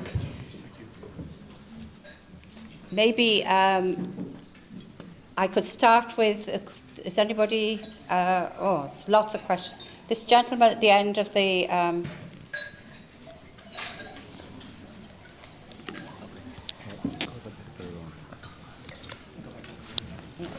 Michael, thank you so much. That was absolutely fascinating. I think you've helped, certainly myself, to correct some of my wrong information. I thought about 30 metres was the line beyond which you couldn't go. And you've confirmed 70 to 75 metres is possible. And you also had a map to show the huge choice you have of areas that fall within that. But could I ask you, if you do go out into those deeper waters, the return on investment, is it likely to be so low that you won't get too many people interested in doing this? And what's the experience, say, off the coast of Denmark? They must have gone through the same issues. Thank you. Again, I don't work for the industry. It's just my own research on this. But when we saw what was happening down in Waterford with the like of SSE, they were quite surprised at that. Because everybody else is saying you can't go out here. But they said they could. And also, they can make money out there because they're not fools. They didn't directly say that. But they're not, like, they're a developer. Developers are out there to make money. They're out there because they can put a bigger wind turbine out there. They get away with that. And also, they don't want grief from coastal communities. They don't want hassle from the fishermen. So further offshore is better because you also get cleaner wind. And as I showed you on one of the slides there, your capacity factor. So what a capacity factor means is that is the available time for a turbine to spin versus the time it actually spins. And then as you bring that across, as you divide that across the whole cost of the project, so you have development costs and capital costs, then operation and maintenance costs, and then you have decommissioning costs. So that would be known as the levelized cost of energy. That's the whole cost of the project. It does work. And actually, if you look off the coast of Scotland, now I know the North Sea is not the Atlantic. It is shallower in terms of, okay, you'll go over your depth if you fall in, of course, but in terms of placing turbines out, you can go out they're going out 40, 50 metres outside there, but they're going way, way offshore. And the reason they're going offshore is to capture the cleaner wind. And that's the reason why. So I'm sure, I don't have figures, it's quite a secretive thing. It's very hard to get figures out of these people because, of course, it is commercially sensitive information. But I would imagine that they're not doing this for the good of their health. They're going out there as well. And then because of that, you also have the benefits of low visual and... Thank you. If that's, yeah. okay. Sorry. What's the microphone? Sorry. You have numbers on the floating offshore stuff if you want to hear it. Sorry, could you just repeat that? We can't hear you up here. Sorry. Hey, how's it going? I just finished a Master's in Environmental Sustainability, and I actually studied offshore winds for one of my classes. So I actually have some up-to-date numbers on this. So floating offshore wind is 150 euros per megawatt hour. That's the special price that the UK government gave to the only offshore floating wind farm that exists in Europe today in operation. And that was barely profitable. So floating, the current RS price in Ireland is about 100 euros per megawatt hour. And at that price, where about half the wind farms didn't even make that price because they couldn't, it wasn't cost effective.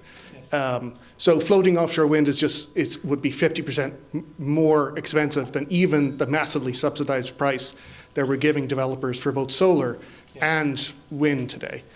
Just by comparison, the competitive renewable price in the UK is about 50 euros per megawatt hour. So we're already paying twice as much for renewable energy in Ireland because Ireland's just a high cost energy country as the UK. So floating offshore wind is not a runner. It won't be a runner for another 10 years because they have to get the cost down.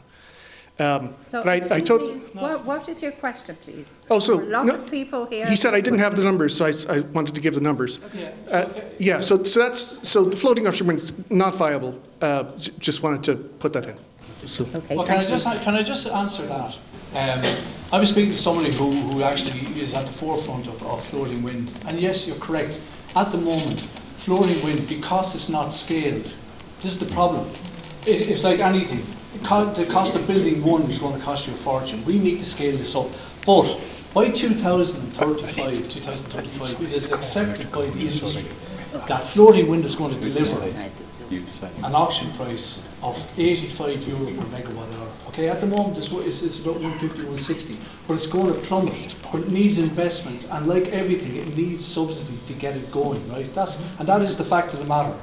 And secondly, what I say to you about the UK is that in the last round 5 auction in the UK, no bidders came in, because the UK government have driven the price down so much that at £44 per megawatt hour for fixed, the developer said, sorry, can't do it, because the cost of credit, the cost of raw materials, the cost of everything has gone skyrocketed. So what happened was that after consultation with the industry, or if you call it consultation or gun to the head, the round 5, or the new auction in the UK is now, after bringing the cost of fixed from 44 up to 73 pounds per megawatt hour. So it's after skyrocketing in the UK. Floating is the same over there. So we have a strike price here on the 4 wind farms up here of €86.05. That they're going to be going back with cap in hand big time there. There is no way that is going to happen here, especially because the way we do things in Ireland. The UK are doing this a long time, and it's going to skyrocket here. So that's what I say to you. So the figures, if you actually look at that figure, I'm not joking when I say that, if you check it out, the UK government have brought up the cap from 44 to 73. That's a 66% increase, and that's to reflect what's going on worldwide in terms of supply chain and stuff like that. Anyway, there you also. Okay, could I have a question there from the gentleman at the back there? The microphone's just coming over to you. My name is Sean Hayes. I live locally. I have connection with a German company called Jicon, and I just wanted to brief you on the fact that they are currently developing floating platforms that can operate in 350 meters of water, right? And clearly what you're talking about at that stage is also developing wind farms that have 100 turbines and produce at least a gigawatt. And that's the solution to actually bringing the cost of floating down. There are a number of developers have already approached the government in this context, right, to get to 1 gigawatt per development. Yeah. It's just a matter of policy, right? Yeah. So the business of just having to go out 75 kilometers because of, to 75 meters water, because of the fixed jacket is actually a good idea, but in fact you can go much further with the floating. I just wanted the meeting to know that, so that if we move with the times and keep up with the equipment, we can come to a much lower cost of energy. But we have to open up places like the south coast of the Celtic Sea. Okay, so we can get obsessed with the Irish Sea, but in fact we have a lot of scope to get energy independence using the Celtic Sea. That's my point. Okay, thank you. And that's it. And floating is the future, guys. I mean, this is it, where Ireland's policy, the government have got to go with this. And this is a lack of ambition is causing this. Yeah. So, well done. Gentleman here, I think you're going to. Thank you. Yeah, thank you.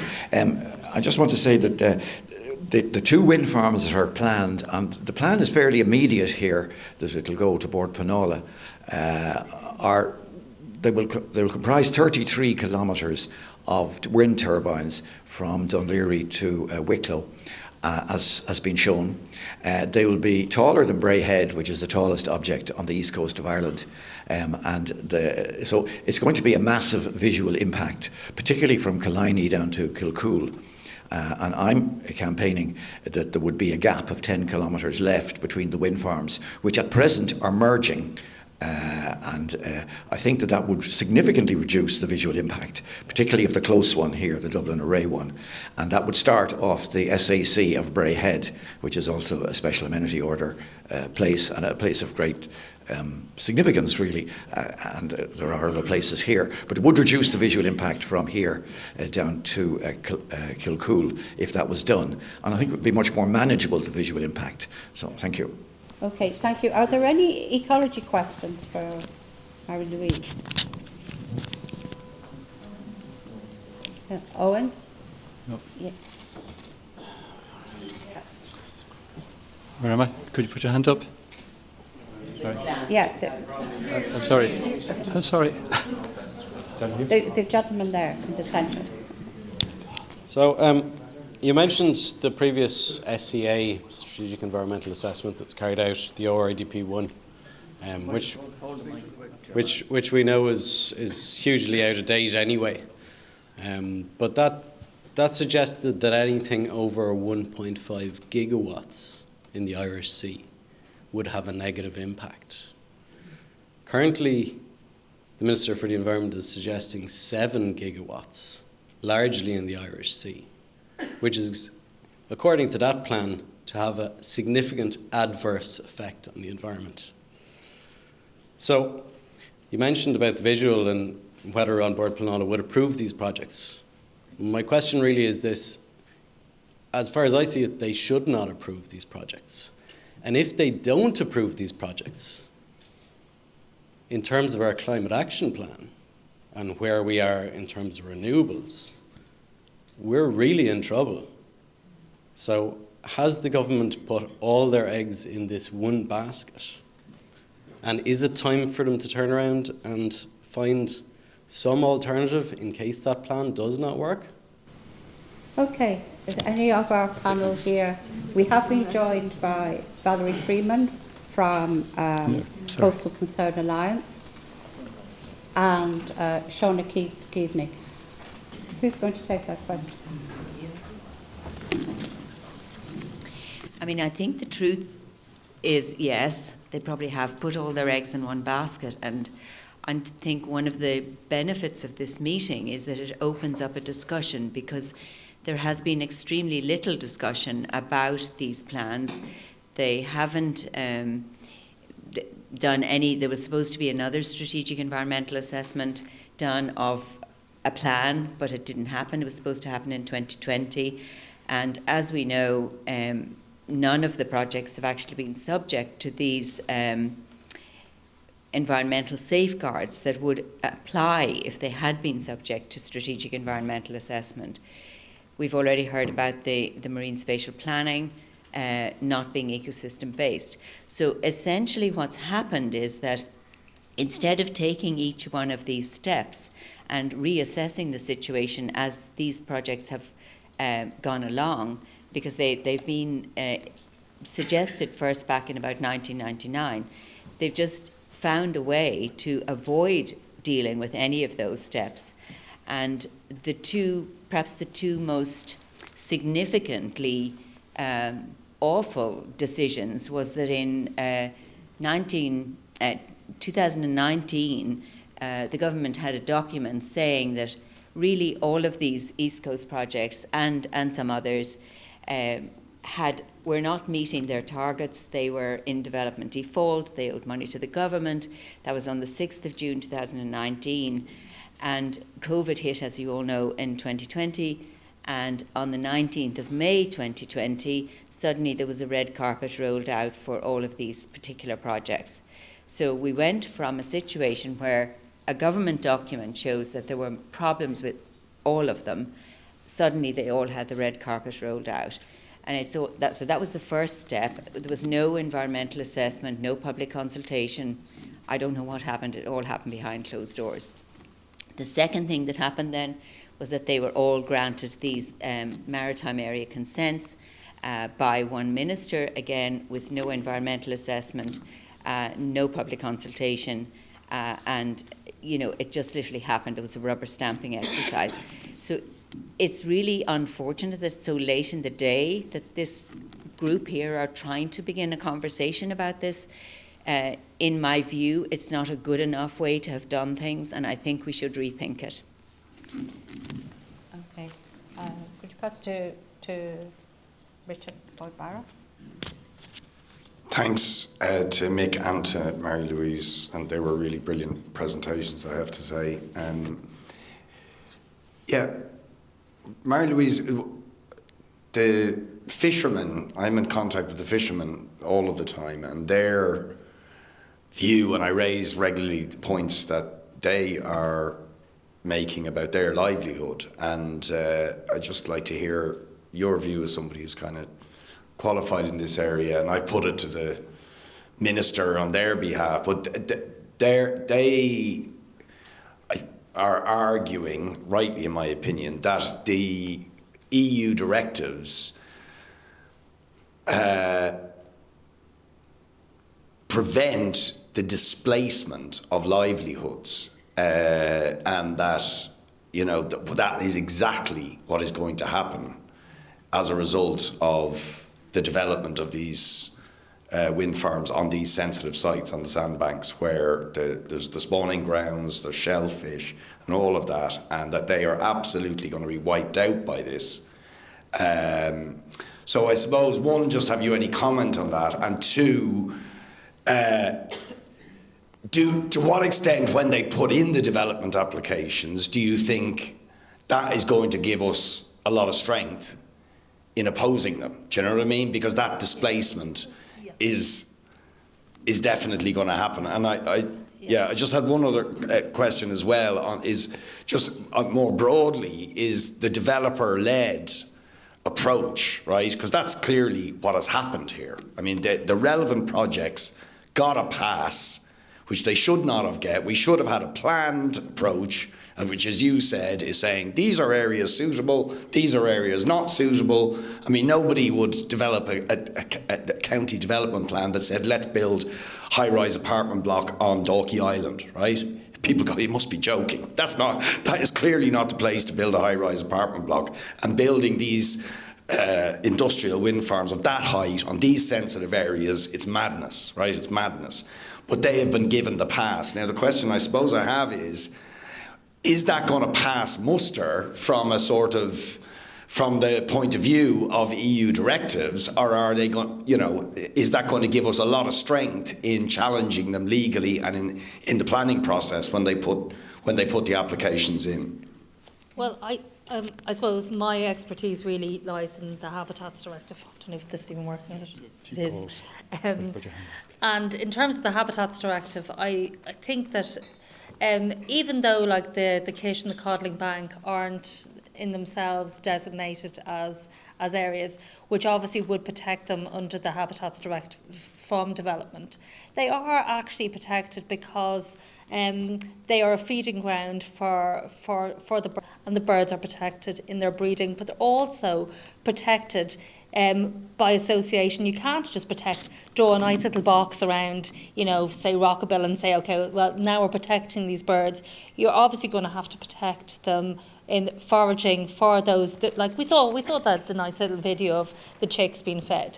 So I believe that that there is a conflict with the Habitats Directive, and that once, I mean, the recent RWE challenge,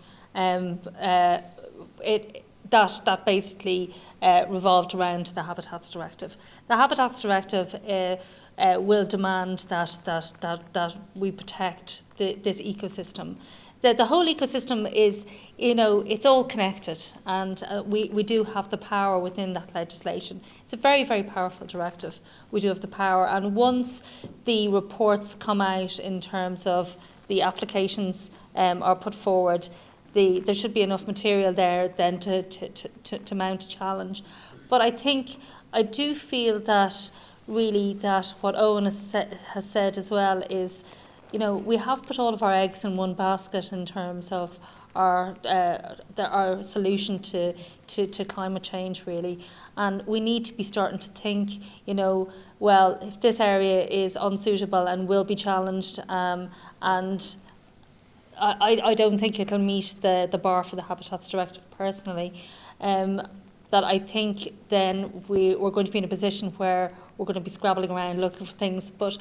So I think in parallel to these discussions about the wind turbines offshore, we need to be thinking about a man down the back asked really about, well, what is the solution?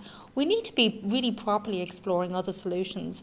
There's a lot of, I live in rural Connemara, and like the average income for farmers entirely in Ireland, for the average farmer, sheep farmer makes 18,000 a year, and the average beef farmer makes 16,000 a year.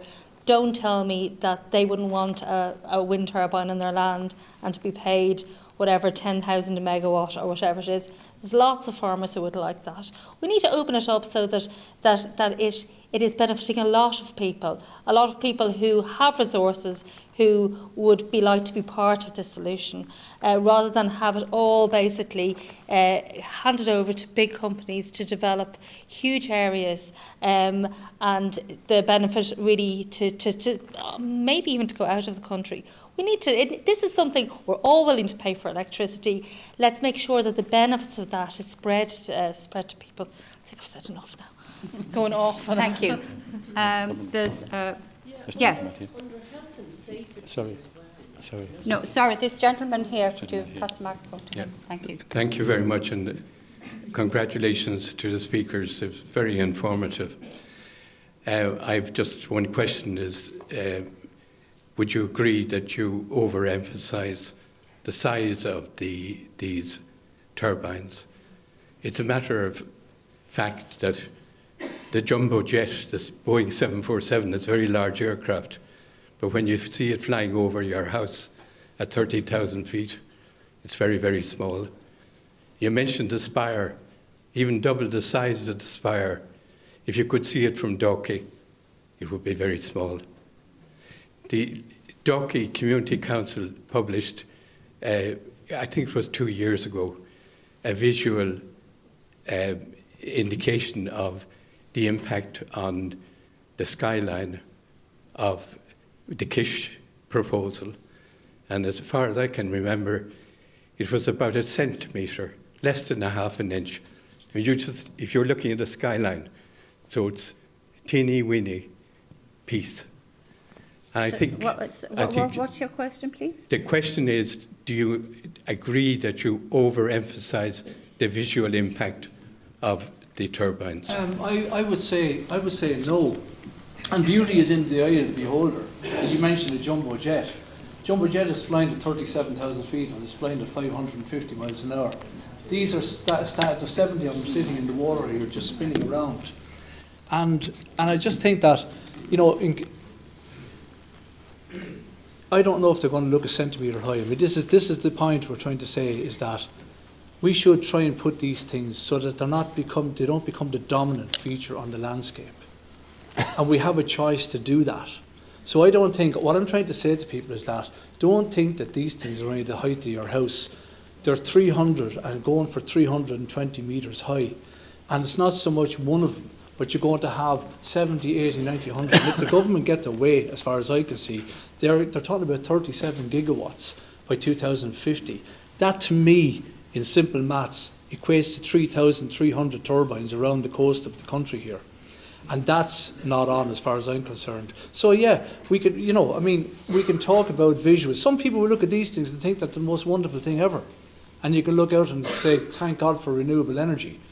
But all I'm trying to say is that we need to be aware of the height and the size and the scale of these things. That's all. And whether somebody is okay with that, or they don't mind it, or they think it's terrible, that's a personal decision, That's all I'd say. So I agree with you. I agree with what you're saying. Down at the back. Okay. Sorry, yes. Thank you. Could you pass the microphone, yes, to the gentleman there? Thank you very much and good evening. I'm probably the only person in this room that's the closest to this Dublin array. And I don't live in Dalkey, I don't live in Killiney or Greystones. I live across the bay, just above the Bailey Lighthouse, 9.2 kilometres from the Kish. Now you're talking about the size. If you can see the Kish light tower from your house or the coastline here, these things are going to be 10 times the height. 10 times the height of the Kish Lighthouse. And that's during the day. At night time, these things will have lights. They'll be turning around. They won't be synchronous. They will drive you mad. And there's just one little question I just like to ask. Michael, and that you showed an Admiralty chart of the proposed Dublin array. Did you notice that what was missing from that Admiralty chart? It was the Bailey Lighthouse, the closest point in Ireland to these things. So that's just my comments. Thank you. Okay, thank you. Yeah, this gentleman at the front here, on the front row. My question is to Mary Louise. We're very used to hearing from environmentalists about what we've lost, and you did put up some of the pictures of the porpoises and some of the other things that we would like our children to see into the future. I've been living on Killiney Bay for 35 years, and I can report that there has actually been an improvement in the quality due to the pumping station, the seawater, the amount of fish, the wildlife, the gannets are even coming over. And my question to you is, are we benchmarking what's the state of play is at the moment? Are the government doing it? Are we dependent on what the commercial interests are in their presentations for producing the most beneficial to them? Are we evaluating that work? Is the government doing that, or is it just in total free fall where we've sat back and we've just gone with wind energy being a good idea? Okay, thank you for the question. So my experience is that the government, that National Parks and Wildlife Service, do basically, they monitor anything that's designated as a special protection area, and that they commission various reports and surveys. But in some cases it could be like every 10 years. It may not be very frequent. The wintering sites for birds are all monitored by Birdwatch Ireland under the iWebs, which is basically, it's funded through the government. So there is a certain amount of monitoring taking place, but a lot of the things that don't fall outside, things that fall outside the Habitats Directive, for example, like the cod fishery, whelks, whatever. I don't know what sort of monitoring is going on there, and I wonder I think it's a good question. What sort of benchmark is there? I'm not sure that there is good benchmarking there, and certainly a lot of the impetus now for the development of this area has basically resulted in surveys, but we don't have the sort of information really that we should have. And I think you're right. The bay and the wider area is actually in pretty good conservation status. And when I was looking at this, I was thinking, oh, surely the seabirds are threatened in some ways, but actually we're doing very well offshore, and a lot of our ecology is really in a poor state. But our seabirds, Irish seabirds, are doing very well. I think it's kittiwakes maybe and puffins are suffering, and we of course are suffering. They're all under threat from bird flu, as is the marine mammals potentially are a threat from bird flu as well. So this is a good time really for us to look at our ecology and say, it is important to us. We have a legal obligation to protect it. But I think you're right. I think that we need to do more surveys, and we do need to benchmark more than just. The problem is what we tend to do is we tend to look at all of our legal obligations under the EU Habitats Directive, and we monitor the birds that are on those lists, we monitor the species that are on those lists, but the other ones which are of national importance, such as our cod and our haddock stocks, we're not so good at monitoring that, I think. There's a gentleman there at the back who's had his hand up for a while. Yeah, I do have a question, and that is that have you considered the negative aspects of what you're proposing in terms of pushing out all of the wind turbines much further out? Because effectively you're going back to the drawing board and starting again, so there would be a delay of at least 10 years. So that's another 10 years of producing electricity from fossil fuels, and the negative aspects of that and the danger that we go way above the 1.5 or 2 degrees and that we wreck the earth. Do you want to answer that, Mike? Thank you. I would say that there's nothing built and everything is just on a piece of paper on a drawing board. And some of the surveys haven't even commenced. So I wouldn't say that by changing the planning regime on this is going to upset anything by 10 years in the slightest. And I also think that by pushing them out, it's happening every place else in Europe. It's just that I think that the government have got caught.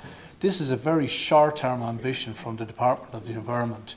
It is literally looking a couple of years ahead, and then they're going to get to 2030, and what's going to happen then? And if we want to try and get to 2050 and have 37 gigawatts, as in 3,300 or 3,500 turbines in the water, they want to get their backside in gear now. So I just think people have to stand up and say to the department, because there seems to be an attitude in the Department of Environment that they know everything, and that the people even in the wind industry know nothing. And I don't know, is it a kind of a group think? Have they all got their heads buried in the sand or what's going on? But there's a very short-term view in trying to get to 2030, just tick that box. And I think really where our ambition is way out offshore, and be that either in fixed or in floating. But I don't believe it'll have that effect on it. But that's, I could make some calls and some research on that, but I think all these things are just on the drawing board. There's nothing ordered, there's nothing built. So. Yeah, I just want to agree with Mick there, because, I mean, we have to stop this because it's in the wrong place. If you cite it incorrectly, it's to the detriment of biodiversity. And if you're to look at the figures, like of this 4.5 gigawatt proposed in the phase 1 projects, it represents less than 1% of the global offshore wind required to meet the 2030 targets. So I'm not saying that 1% isn't important and meaningful, but we do have the option to stop right now and reevaluate and put a better plan in place. And our government has a duty to do this for us.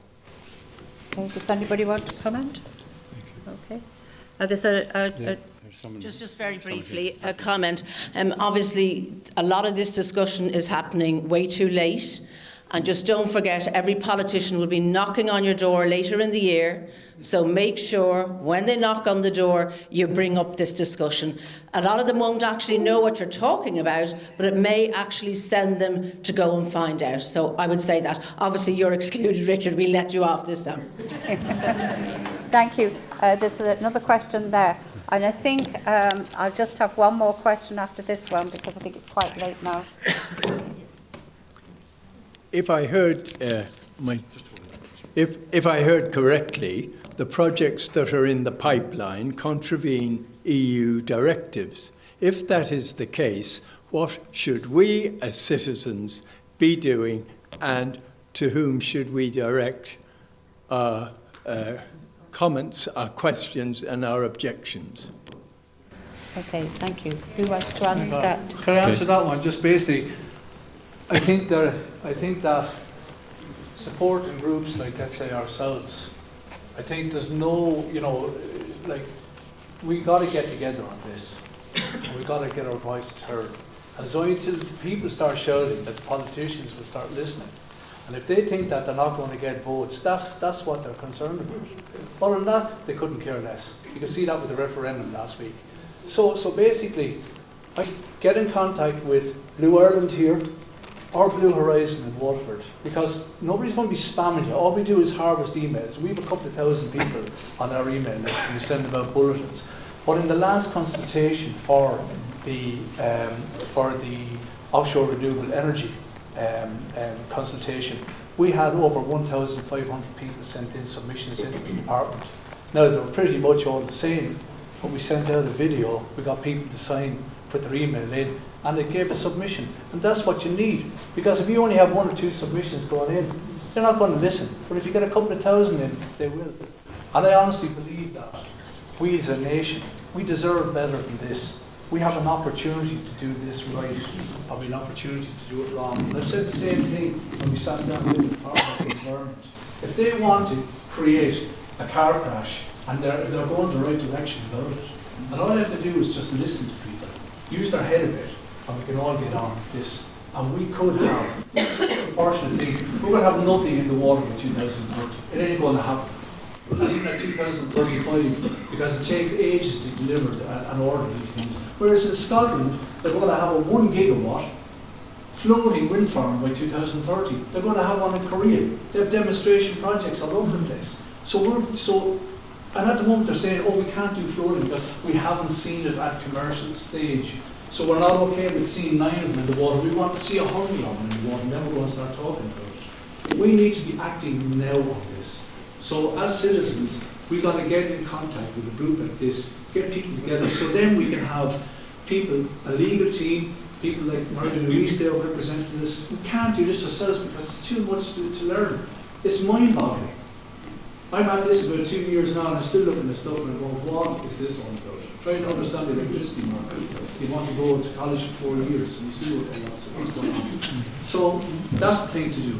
Get in contact. Blue Horizon or Blue Ireland. Yeah, I think Valerie wants to have I just wanted to comment, on your question, and I really think it's such an important question because really that's the issue.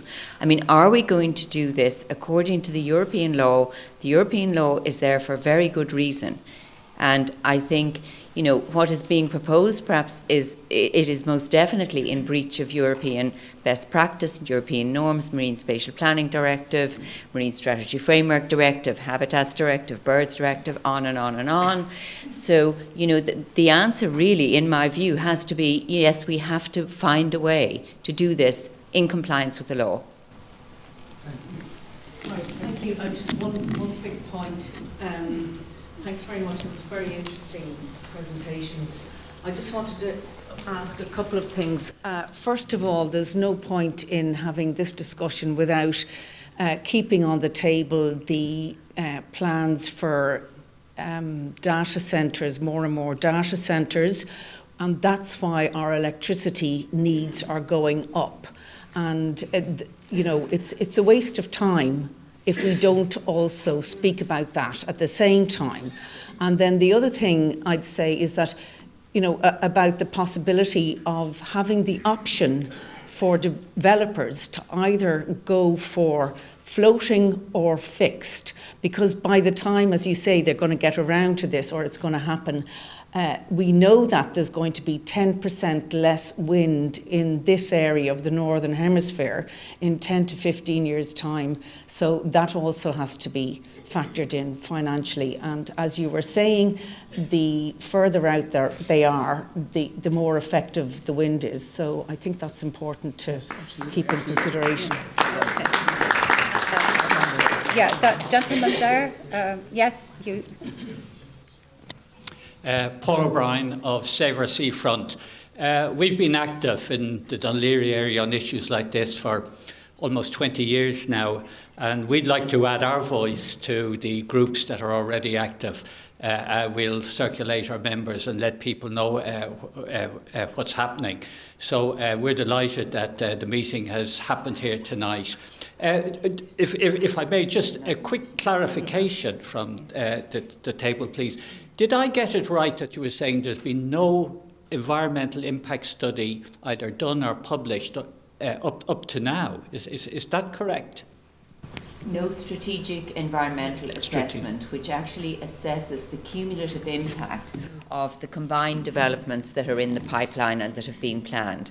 Because basically there was one done in 2010, the draft was published in 2010, it was finally published in 2014, but these projects that were all in the pipeline or had made some kind of noise about wanting to develop were all in that project in the public consultation document described as already existing renewable infrastructure.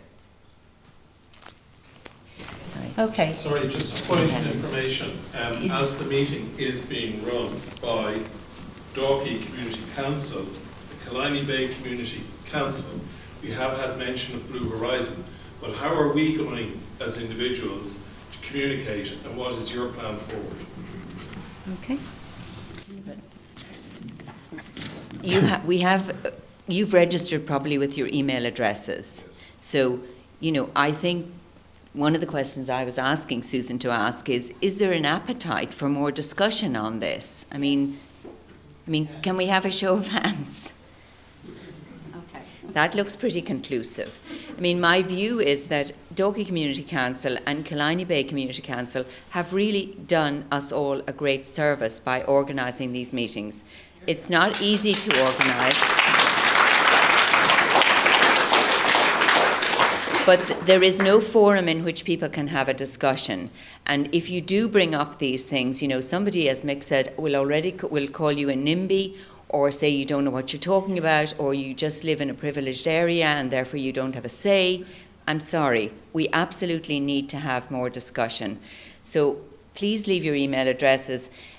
On your chairs there is a flyer which we have drafted from Blue Horizon. There's an email address, you can get in touch with us, you can sign up for Blue Ireland, which is a coalition of all of the groups that are around the country. That includes the people in the West, the people in the South, the people in Wicklow, the people in Dublin, the people in up off Balbriggan. Everybody is involved in Blue Ireland. It's a relatively new group, but we would really like your support and your interest, and we'll try to provide information when we can.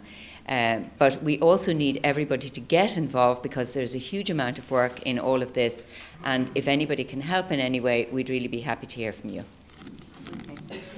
Thank you. For Killiney Bay and Dalkey, because Susan and I are I'm standing in for our chair, right, so I'm just a member. But I wanted to say we've made about 10 or 12 submissions over the last 2 years to government and to the developers, if anybody would like to read these submissions, and we've gone quite deeply into the technology that is being used under the sea. So if anybody would like them, contact us by email and we will send you copies. And would you take that up, Shauna? Could you pass the... Sorry. I'll very quickly add to that. Sorry, I'm Shauna from Killiney Bay Community Council, and I also am joined up to Blue Ireland. One of the main issues there that the gentleman there asked was, how do we take part? It's very hard to find out about when public consultation takes place about very, very large-scale projects. You have to go deep into the Department of Housing website, you have to know the year. It's become even more difficult. Then you are overwhelmed at reading through voluminous, sometimes technical, sometimes very vague, funnily enough, environmental impact studies, and that's very overwhelming, but it is possible, and what we want to do is get up a template of things to look for, a template of things and directives that might be relevant to making comment on these licence applications, and that should make it easier, because people do feel that they have funnily enough, Bantry Bay, Save Bantry Bay, Kelp Forest Farms did an analysis of a major public consultation document and found that before consultation and after, only 6 words were changed within the document. So you really have to make your voice heard if you can. Yeah. Could you pass the microphone? The last question to Helen there. Hello, yes. Thank you very much to the speaker. Yes.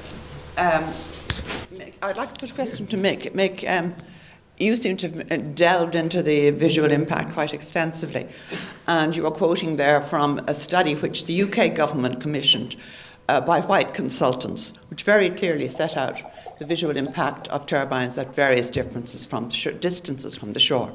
Can I ask you, Mick, if the Irish government have commissioned a similar study to analyse the visual impact of all these turbines in our near-shore area? Because this is a vital aspect of Irish heritage and Irish national assets. Our landscape is a major national asset, and I do not see the government taking this issue seriously. And I would like to ask your opinion as to whether the government has done enough on this. I think you know my opinion now, Helen. And well done, and thank you for that question. The quick answer is no. No, no, no. And yet lots of the developers are quoting the Marine Institute did a seascape character study in 2020. That is basically a baseline study. That was just a quick shimmy around the coastline to do some sort of a seascape character assessment. But there has been nothing done. So there's nothing, and there is individual county development plans. So the Waterford County Development Plan, for example, has a seascape landscape chapter in it. So has the Wexford. Donegal would have one, and various development plans have various studies.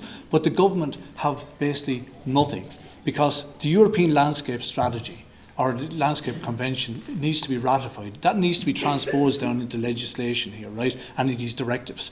And we have a landscape strategy from 2015 to 2025 that says basically the same thing as all the strategies say. We're going to do this, and we're going to do that, and we're going to do the other thing. But we've done absolutely nothing. So we don't even have wind energy guidelines. The current guidelines for land are there since 2006. They're updated in 2019, and I believe they've been withdrawn. So we need to get serious about this. The government have no. It's like we have planning, and there needs to be proper planning. And there's always been a presumption against planning on the coastal side of the road. So if I tried to build a house down Tramore down the cliff down below, I won't get away with that, because you try and I one project I got involved in years ago, and I'm not one of these serial objectors. I've never objected to anything, but I did get involved, and I led a thing in the Garras golf thing down below, which is down opposite Tramore. Jack Nicholas golf course, under the guise of an integrated rural tourism resort. The county development plan was varied, and this was an excuse to build 270 massive houses on the coastal side, on the cliff, under the thing of, oh, we're doing a rural tourism resort. And that was knocked on the head. So it's like the rule book has been thrown out when it comes to offshore renewable energy. Like everything else has rules and planning. But when it comes to this, it's gone. And this new planning bill seems to be going to try and restrict even individuals and citizens' rights to actually make an objection. They're blaming bloody judicial reviews on the thing, when it turns out there's only something like 2% where our judicial reviews holding up planning. And actually most of that was correct in the first place. Because when you have these strategic housing developments going straight to Bord Pleanála, normally when you object to the council or submit to the council, the second you can appeal to Bord Pleanála. But when it goes straight to Bord Pleanála, you can only go to the High Court. So it's like the rule book is thrown out. So you're absolutely right, Helen. There is nothing.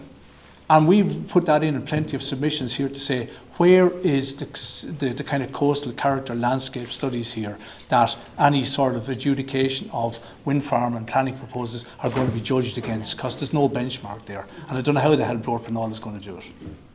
Okay, well thank you, Mick, for that. And thank you, everybody. I think we have to close now. Obviously, we could go on all night. There are so many questions.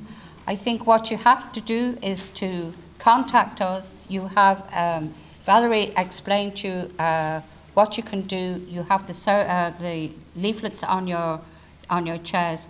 Please contact us, because this is a conversation that is not going to stop tonight. But we need you. We need everybody around the county, around the country, to get involved. So please, thank you very much for coming tonight. And we'll have to finish here for this evening, but we will return. Thank you.